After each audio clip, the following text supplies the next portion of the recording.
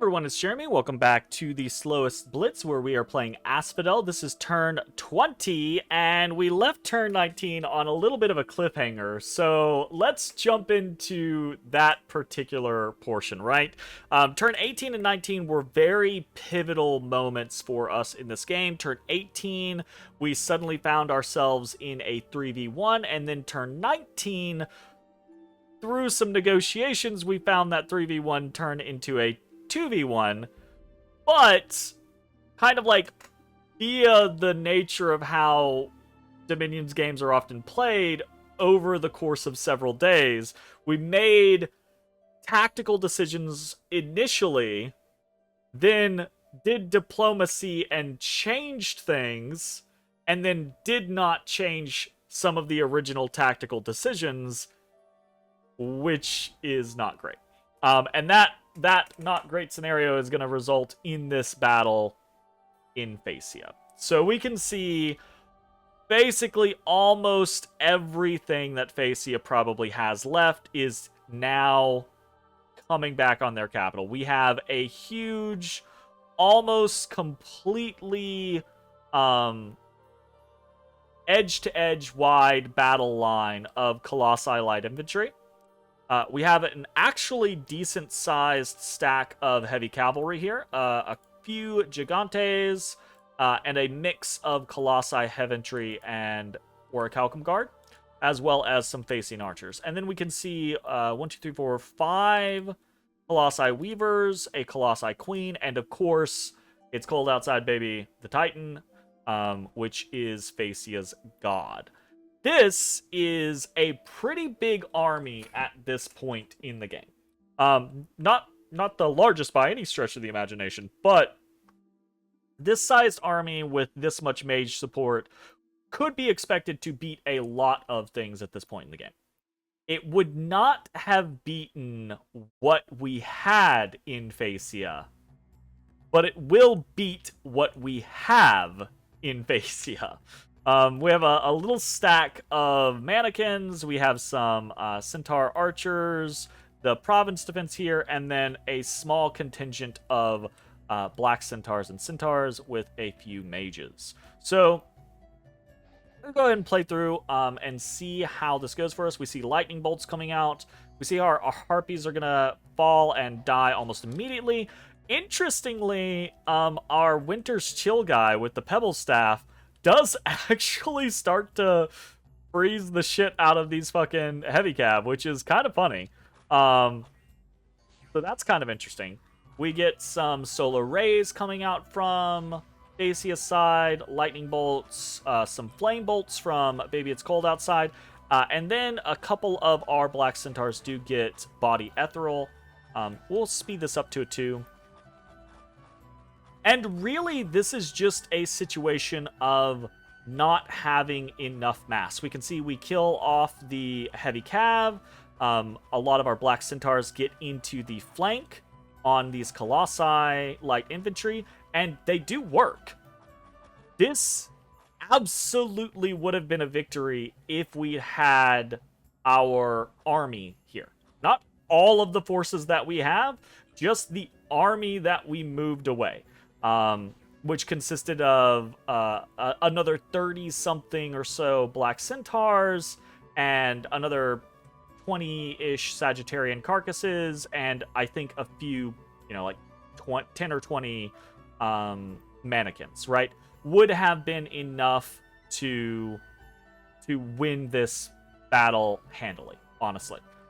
Which is really unfortunate. So what we actually lose here in Phaeacia is not a catastrophic loss from a monetary standpoint, right? We lose a Lizard Shaman, 165 gold. We lose a Minotaur Lord, that's 95 gold. This is the guy who was carrying the Pebble Staff, unfortunately, so we do lose that. We lose 6 Black Centaurs. We lose 6 regular Centaurs, 7 Centaur Warriors. That's not a catastrophic amount of gold, and especially when you're considering that he lost a fairly comparable amount, right? 22 Colossi light infantry is not an insubstantial amount at 20 gold a pop, right? That's 400-ish gold on its own, right?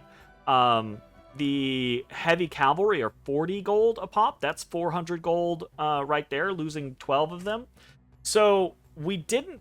This is not a catastrophic loss from a gold standpoint. In fact, it's honestly kind of okay.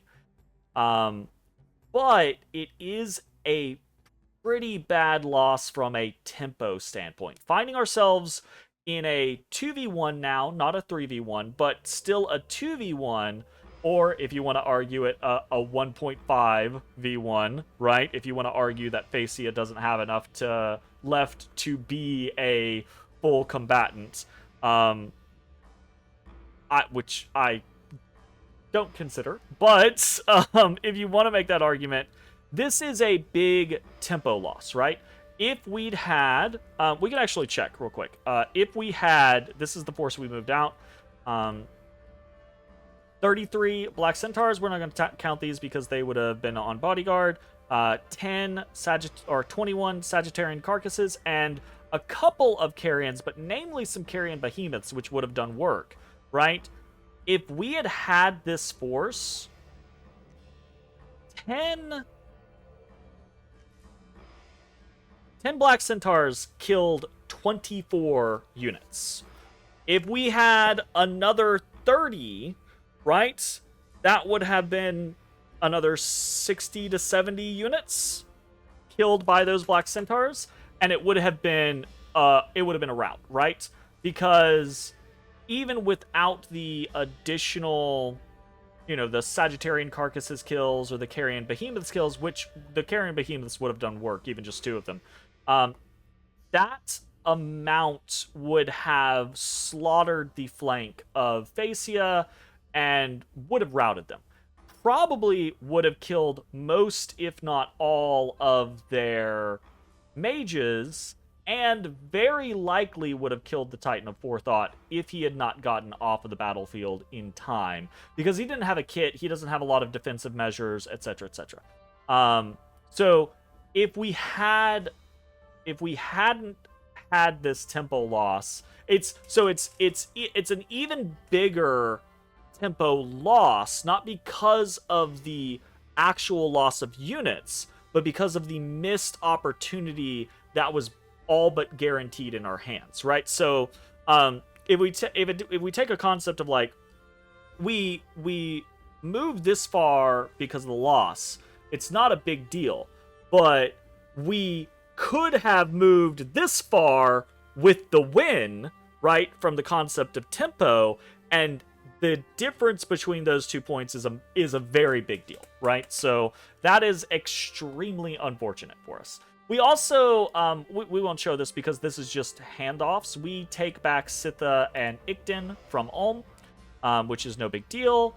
And we are also raided in Illidar by a very small stack of light infantry and 2 Colossi Weavers. This is basically nothing. This is very easy for us to beat with a small stack of centaurs or a little stack of mannequins. 30 or 40 probably mannequins would be able to take this without any real issue. Maybe less, but it would be closer at that point.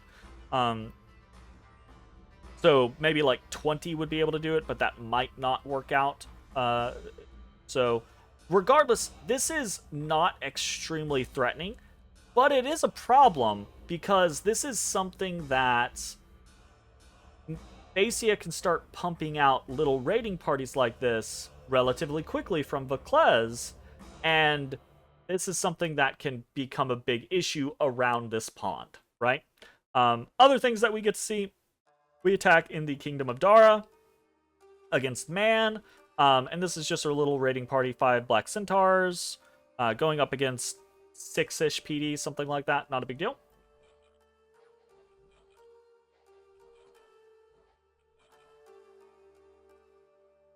Goes very well, we lose nothing. We also get to watch Vanarus attacking Pythium. But it's not really an attack, it's just a ping from a scout.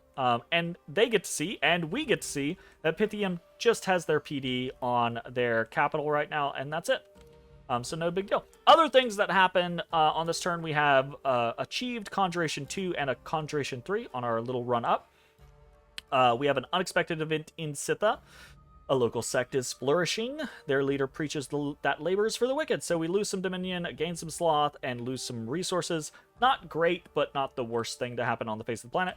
In Sylvania, our walls are damaged, and in Phaeacia, our walls are damaged. Okay. We're on a two-front war. Let's take this in two portions, right? We'll talk about the Phaeacian war front, and then we'll talk about the Man war front, and we'll try to put together the thoughts and all of the little things that are happening in each of those sections together, okay? So, first with Phaeacia, let's take a look at how much did we lose on the walls. 432 out of 600. So, if Phaeacia doesn't reinforce and we don't knock them off, this will take another 3 turns for them to break the walls and then a 4th turn for them to actually siege. However, it's extremely unlikely that that will happen. They will either reinforce to break the walls, or they will leave and leave a token defense out there, right? So, what are we going to do about this? We've just suffered a massive tempo loss, but we have a decent size stack in New Coast already. 140 units, some Minotaurs. We have this force here in Forest of the Lost, a large amount of Black Centaurs, including an H3 to bless them, and some other stuff. And then we have people in range to be able to reinforce. So we're going to put everything that we have in the immediate area into New Coast. 228 units. This is more than enough to defeat the stack that Phaeacia has, and defeat it handily, I think, right? 5 Carrion Behemoths, 30 plus Black Centaurs, a fair amount of Sagittarian carcasses, a fair amount of Minotaur warriors, and then just a fair amount of Mannequin Chaff is more than enough to take on Phaeacia in this moment. We're going to consolidate in New Coast, and depending on what Phaeacia does, we're going to react to that. Next turn, if Phaeacia is still on the capital, and depending on how much they have broken into the city walls, we could potentially challenge a base race, right? It would take us 2 turns to get to Vauclez, and with the amount that we have, we will pop Vauclez in 3 turns, right? That means it's highly unlikely that we get to Vauclez and pop it before Phaeacia pops their capital and is able to take it back. We can adjust this, though, depending on the situation, right? So, we're casting Reanimation and Pack of Wolves right now in Phaeacia. That isn't going to give us a large amount of siege defense. Each Long Dead and each Wolf, I think, only give 0.1 siege defense or something like that. It's not going to be a ton. We're going to get 4, I think. What's the actual amount here? Oh, you get 15 wolves. So we're gonna get 1.5 and then like 1. So we're gonna get like 2.5. But depending on what Phaeacia does, how much they reinforce, or if they decide to raid outwards, a few points of siege defense over the course of the next few turns could mean the difference between this taking 3 turns for Phaeacia to pop, or this taking 4 turns for Phaeacia to pop. And that could make the difference on the concept between, do they want to base race us? Do they want to challenge us? Are they going to hold in position somewhere to try to fight us or let us knock them off, etc., etc. So I don't expect this to matter in the long run, but it's not especially expensive to do these things, to do either of these. Pack of Wolves is 2 nature gems. Reanimation is 3 fucking death gems. not a big expenditure, and potentially, if we do this over the course of a couple of turns, could make the difference.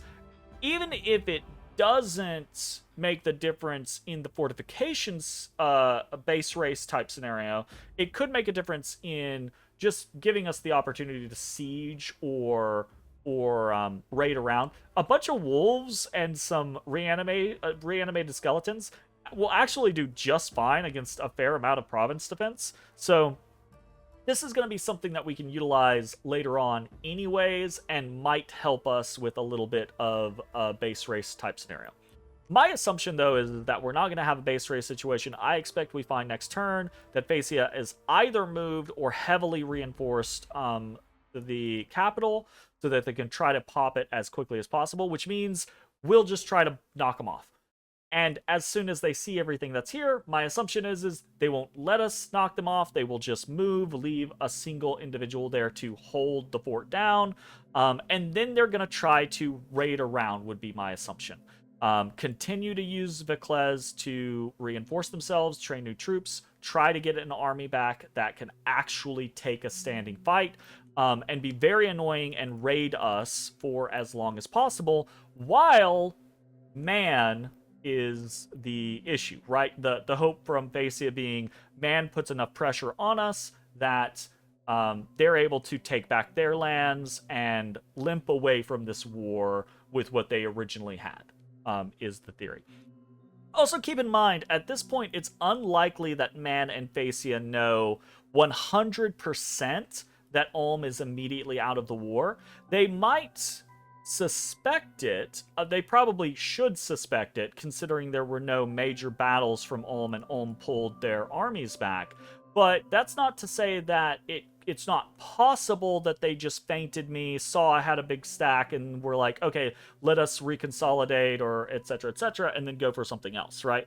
But if they don't know already, they're guaranteed to know next turn or the turn after that, like at the latest, right? It's going to be very quick. So let's talk about Man. What are we doing here with Man? Well, we did call it correctly. Man did consolidate all of their Knights of Avalon onto Sylvania, and we didn't catch them with our little, defeat and detail trap in Kepria, unfortunately. So that's not the greatest, but it's also not a huge hit to us. Sylvania has 75 wall integrity left. It's going to pop next turn, unless, for whatever reason, Man decides that he's going to move a lot of his forces off of Sylvania. I don't see why he would do that. It seems very likely that he's just going to leave everything there, and that's that. We can't really do a whole lot about it right now. In theory, if everything that we had in Kepria, which is about 300, was in Asphodel, we could throw everything that we have in both of these locations, or in Asphodel, if we had the full 500 from Kepria and Asphodel itself, we could throw that at Sylvania, and it's possible that we win, but I did a fair amount of testing, and win is a very questionable concept. I did a couple of different test run battles. There were a few where Man's Knights of Avalon slaughtered us, routed us, and killed most of what we had. There were a few test battles that I did where we won, but we still lost a lot. We lost several mages, we lost a large amount of centaurs, and eventually they just routed from HP loss, basically. It wasn't a, oh, we killed absolutely everything. It was a, no, we rout because of HP lost. And unfortunately, none of the tests that I did were a commanding, convincing win. Which is why we're probably just going to give up Sylvania, and here's part of the reason why. We have 128 or 168 research speed right now, and at turn 20, that's not bad. That's also increasing as we recruit more sages, more centaurs, more dryad hags, etc., etc. And it's very likely that we have better research than man does. And that affords us the opportunity to try to hit some research objectives and come up with ways to get through man, or maybe not get through man, but assist in fighting man in a consolidated way, right? In a way that we actually have answers for.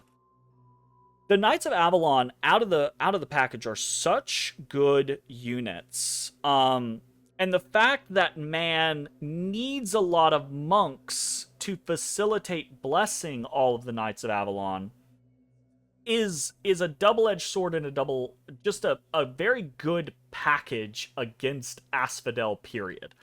Because right now he's rolling around with 70 to 80 death machines and 10 to 15 undead death machines, right? Which is kind of what we deal with, or what we are. So it's a bit of an issue, and we're gonna have to figure out a way to get around that.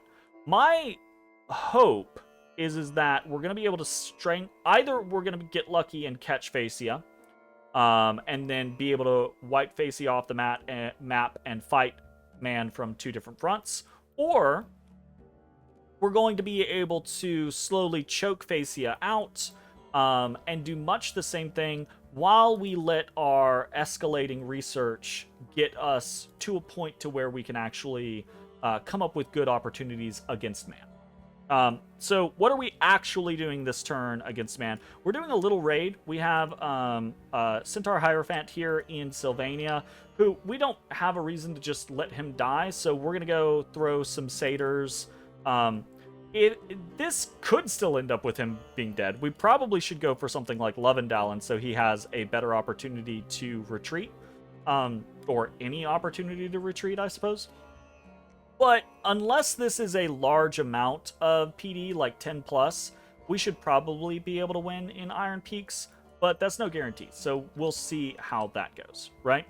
We're also breaking the siege here in Sylvania just to double check with this Black Harpy, just to double check and see what is actually going on here, if there's any particular tricks that we need to be aware of, etc., etc. The vast majority of the other movements that we're doing is just moving around, consolidating Carrion forces, picking up Carrion, and moving things back into striking range into Asphodel, okay? We're also moving Chiron around, gonna move into a position where we can either strike at more man provinces or into Phaeacian provinces as well. And probably going to try to develop a couple more raiding parties, right? If we get 5 or 6 of these bad boys raiding around in the, the back of man territory and Phaeacian territory, that would be pretty good for us. The only issue is if we do that, those are more of those components that we really need to be able to fight man in a head-to-head battle, right? If we have 4 or 5 raiding parties of black centaurs, or even just regular centaurs, that's 20 to 25 regular centaurs or black centaurs that could be a part of an army that could be trying to fight man's actual army. So it's kind of up in the air at the moment. I don't know how heavily we're going to go into the raiding aspect of things. We already saw still recruiting more Black Centaurs, more Centaur Warriors, more Centaur Hierophants, more Minotaur Warriors, Sages, etc., etc. And that is pretty much all that we have the ability to spend money on at this particular moment. And then we're doing a couple of things from a magic standpoint that are somewhat questionable.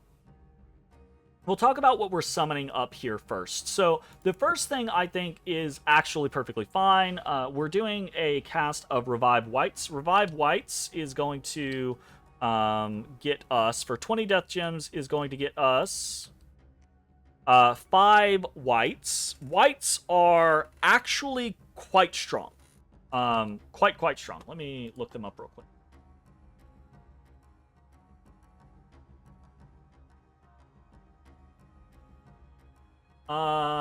Yes. Whites have...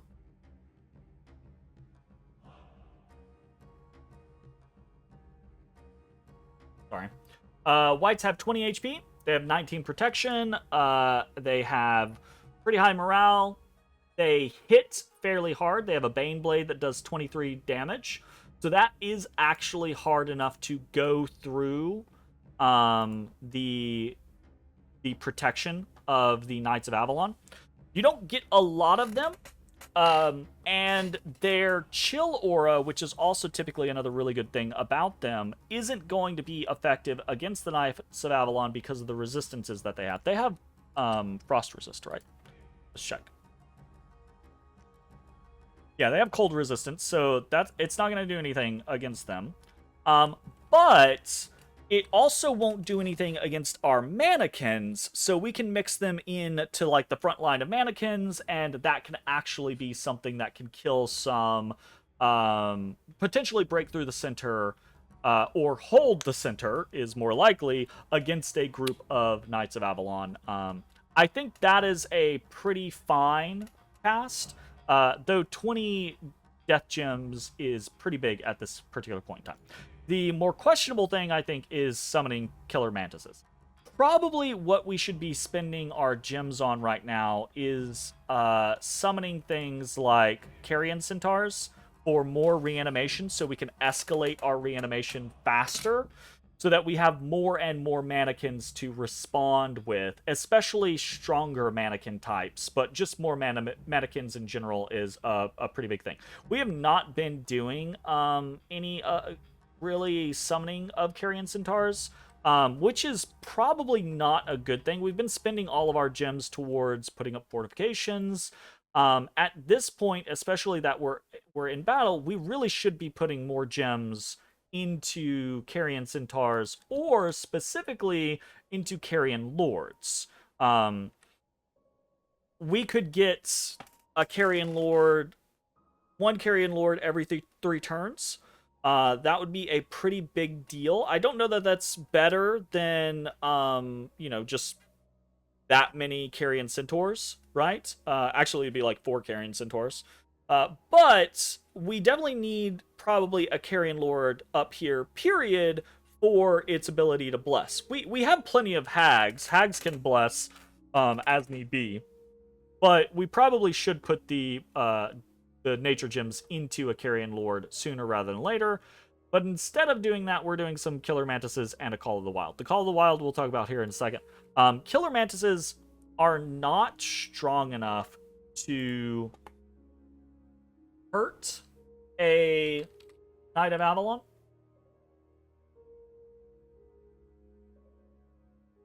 What the what?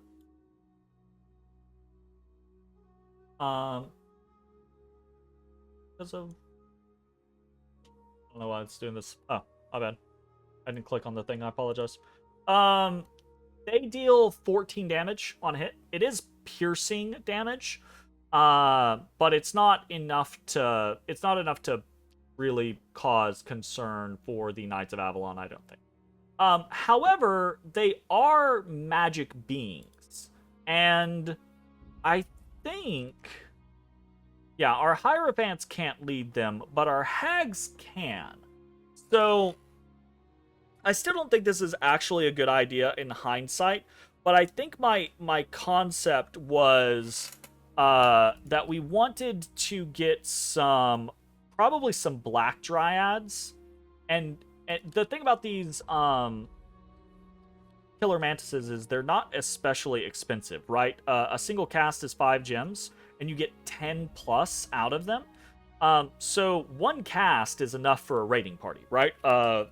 10 Killer Mantises absolutely can kill 6 PD without any problem. Probably kill a little bit more than that, but 20 definitely can, and 20 is how many a Black Dryad could lead, right? She has magic leadership 20, so out of the gate she could do a little raiding party of killer mantises, and killer mantises actually do have stealth. So the thought process there was if I can't raid with my black centaurs and centaurs because I need them to be able to be the things that can actually kill some Knights of Avalon, then maybe I can manufacture some raiding parties through things like killer mantises. I don't know that that's still a good idea, right? I still think just doing Carrion centaurs would be better for more reanimation in the long term, but it's something that we're trying.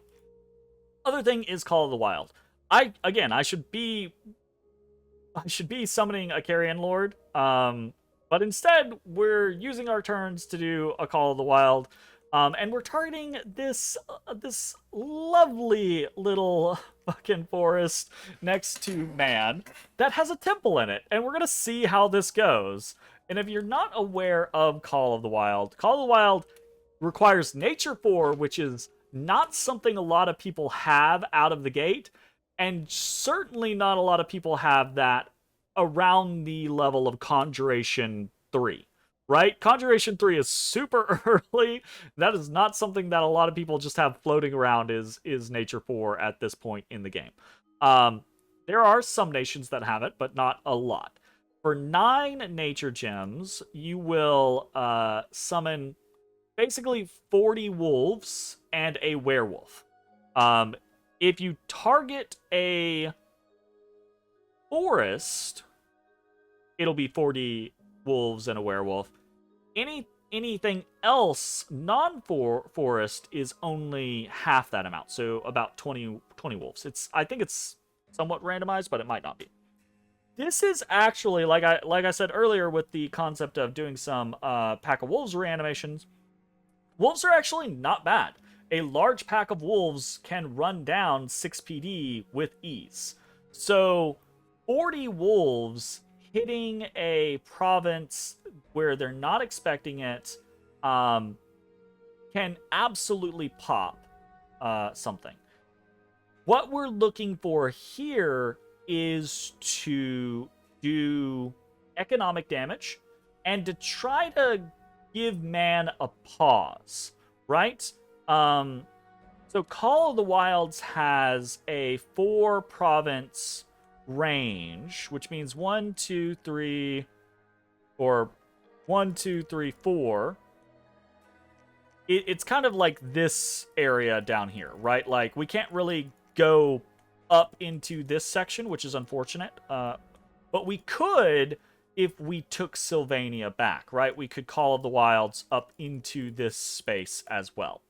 So we kind of want to... We want to give Man this doubt, right? One, we want him to spend time and money and resources trying to protect himself from things like raids, from things like Call of the Wild, etc., because the more time and money and resources he puts into those things, the less he'll have to put into units that are coming to siege down our territory, right? And that means that we will have more time to take advantage of our growing research. So that's the generalized concept with this. Again, don't know that it's gonna work. Don't know that it's a better idea than just summoning our special units and using those to create massive chaff armies, which is probably what we should be doing. But we're giving it a try, so we'll see how it goes. All right, this has gone on pretty long. Let's talk last thing. I keep referencing our research and how our research is scaling up pretty rapidly, and that how it's potentially going to be a really good thing for us. That being said, I don't have anything in the immediate near future that I'm like, this is the answer and the counter to the Knights of Avalon that we need. And part of the issue with that is that there are a lot of things that our mages are really good at casting. And some of them are really kind of disgusting and scary. But Man, and specifically the Knights of Avalon as a nation, are very well designed against those things. The more I play this, and the more I'm like, okay, we're at war with man now. What are we gonna do about him? And the more I look into things, I'm like, oh, wow. We don't have a lot of good options now, do we? Our options really do end up being, I think, overwhelm them. Unfortunately. And so to kind of like discuss that concept, some of the things that we actually do have, relative easy ability to do foul vapors, not gonna do anything to him, right? Things like serpent arrows, not gonna do anything to him, right? There is is it thaumaturgy, or is it conjuration?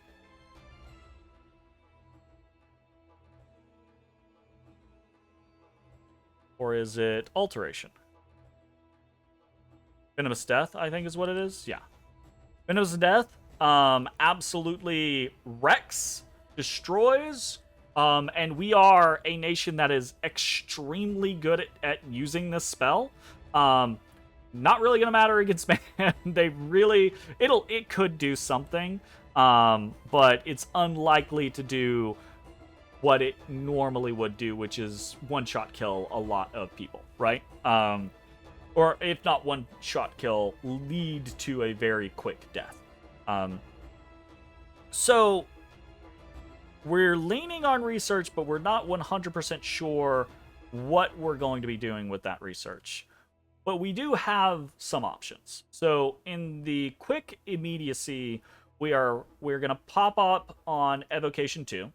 That is primarily for web, because we have a shit ton of nature casters. It's very easy for us to have nature casters, and this can be useful, not guaranteed, but can be useful against knights, against mounted units, period, though the Knights of Avalon are right at that point where it might not be enough. However, still useful against other things. We could use this against Phaeacia, etc., etc. So still an option. Also, popping down here, though, for Ephemeral Bolt. We do have one or two Glamour 2 people. We have the chance of getting more Glamour 2 people. And Ephemeral Bolt actually hits an AoE of 1, so this can hit multiple individuals. It is armor negating. It is false damage. But this could be another way to inflict some pain using our mages, and right now our mages don't have a lot of options. So we're just trying to give our mages a few more options so they can actually try to do some things. And then we're going Conjuration 4 for a couple of different things. One, we are interested in Nest of Apps. This isn't going to be almost any use against man, but this will potentially be very useful against Phaeacia if we have an elongated war against Phaeacia. It's very easy for us to take advantage of poison against Phaeacia, and having a couple of hags here or there being able to drop nests of asps in some combats could equalize a fight that would otherwise really not be in our favor. So that is one thing. Vengeful Vines does not currently exist where we are at. This is, or if it does, it might exist, but it doesn't have the Carrion Seed effect. So I don't quite remember if this existed. I think this one doesn't exist yet. Sleep Vines, I think, does exist. So other things that we are interested in getting here, right, are actually primarily summons, right? We are interested in potentially pushing out Fey Footfolk, potentially utilizing the Kobolds to expand magic paths, and also doing things like Vine Ogres and Kithrionic Lions. Probably not Kithrionic Lions, but potentially. And then Strength of Gaia is also potentially useful for us to cast some higher spells, which once we finish up with Evocation 2 and Conjuration 4, we are probably going to be going for things like Where is it? Oh, we're potentially going to go straight to 5 for Phao. And the reason why, right, is that, like I said, one of the only ways that I've come up with to be able to beat the stack that man has is just overwhelming force. So fighting man in a forest with a shit ton of mannequins, like 300 plus mannequins, and a comparable sized force of black centaurs and centaurs, along with a decent amount of mages to flood the field with chaff and try to help, does result in a win, especially if we have Phao for the wolves to kill the back lines of monks before those monks kill all of our mannequins. Because the issue with the mannequins is mannequins in large numbers can fatigue out the Knights of Man, but not if the Knights of Man and their supporting monks obliterate them before the Knights of Man get too fatigued, right? And there's the disparity between those two numbers is absurdly high, right? Oh, we have kitty fights. So Phao helps adjust that disparity, right? Phao makes it to where we have more bodies on the field for the knights to have to kill. More of the monks die to the wolves or are distracted by them, right? So they kill less mannequins, yada, yada, yada, etc., etc. Phao might be the easiest opportunity for us to pull something in and actually win a fight against man.